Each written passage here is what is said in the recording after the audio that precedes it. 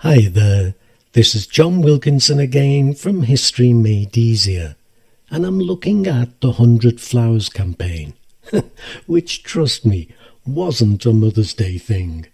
Rather, it was Mao's first serious campaign to bring into line the old urban bourgeoisie. The petty bourgeoisie, craftsmen, merchants, professional people and intellectuals.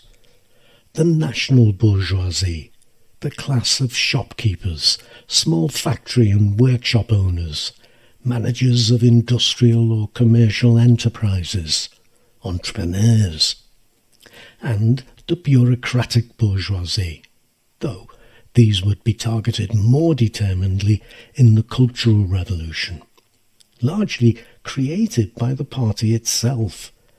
The officials in charge of ministries, state corporations, the technocrats and experts, and the princelings, the children and close relatives of top political leaders who used their family connections to attain key positions for themselves, but also those running large industries and commercial organisations, and the banks too. This, then, is a really important step in Mao and the CCP's hold on power. This presentation will focus on the PRC's need to modernise while maintain control as the fundamental reason for the 100 Flowers campaign. The first 5-year plan, Mao's economic plan to begin the modernisation of China, though it was seen as a success, had met with problems. The plan was seen as being more successful ideologically.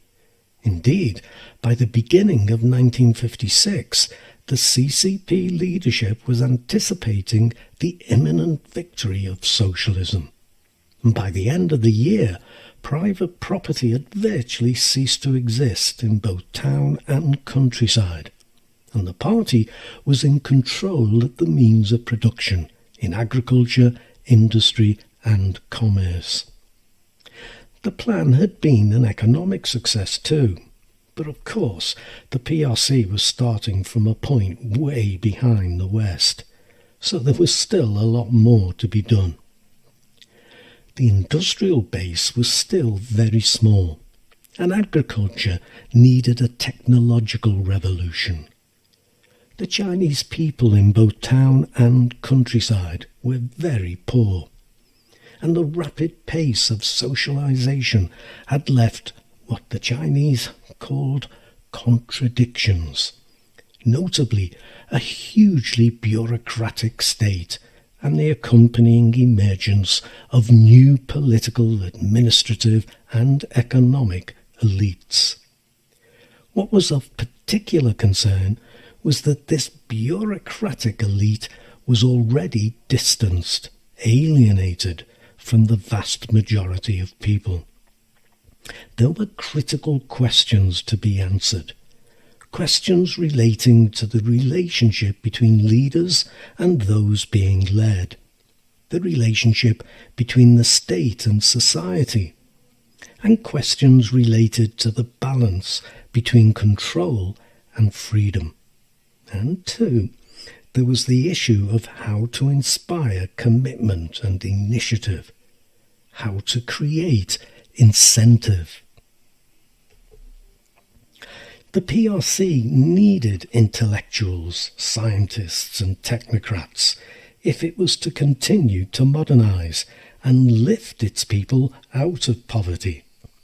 And this had the potential to be problematic in a socialist state committed to becoming a communist state. Zhou Enlai set out to assure the intellectuals that the party appreciated their contribution to socialism in China, which was true, and that it trusted them, which was not true.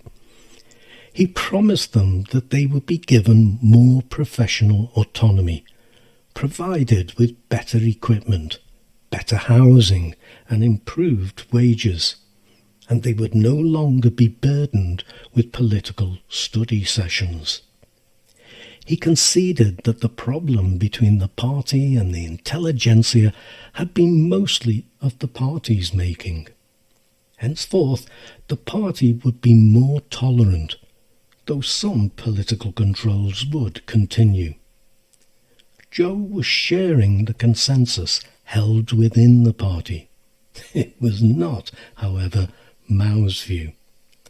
Mao wanted to use science and technology to modernize the economy, and he wanted to end the reliance on the Soviet Union too. So it would have an even greater need for intellectuals, scientists and technical experts. However, Mao wanted the very reverse of what Zhou was outlining, a specialist and privileged professional elite. Mao did not want to take the Soviet path to socialism that created a highly bureaucratic state, and in doing so, a party bureaucratic elite. We must be vigilant, Mao said, and must not allow a bureaucratic work style to develop. We must not form an aristocracy divorced from the people. Hence, Mao's call in April 1956 to let 100 flowers bloom and 100 schools of thought contend, a campaign that would call for suggestions, for ideas as to the best way forward. Mao formally announced the campaign to the party in a speech to the Supreme State Conference on May 2nd, 1956, but left it to the head of propaganda, Lu Dingyi, to announce the campaign more widely in a speech to a meeting of artists, writers, and also scientists on May 26th. Lu hailed the new campaign as evidence that we, meaning the party, stand for freedom of independent thinking, of debate, of creative work, freedom to criticize and freedom to express, maintain and reserve one's opinion on questions of art, literature or scientific research. There would continue to be limits. Artists were still not free to decide for themselves the social and political content of their work, and their work was still required to serve the people. Science, however, was declared neutral. Different scientific theories could be debated without fear of political interference. Mao talked of the need to ease the hold the party had, thus far had, rather. It would not work to have no discipline, he said. But if the discipline is too rigid, initiative will be stifled. And he also said that discipline that stifles creativity and initiative should be abolished. We need a little liberalism to facilitate getting things done. To be strict all the time won't work. So, there's the economic base for the 100 Flowers campaign for you. I'll look at other reasons for the campaign, important reasons, and reasons that throw a very different light on the campaign in a different episode. Now, don't forget, there's my website, History Made Easier, that's there to help you too. Check it out if you haven't done so already. But for now, I'm done. Except to thank you for listening and to wish you the very best of luck with your studies. Cheers.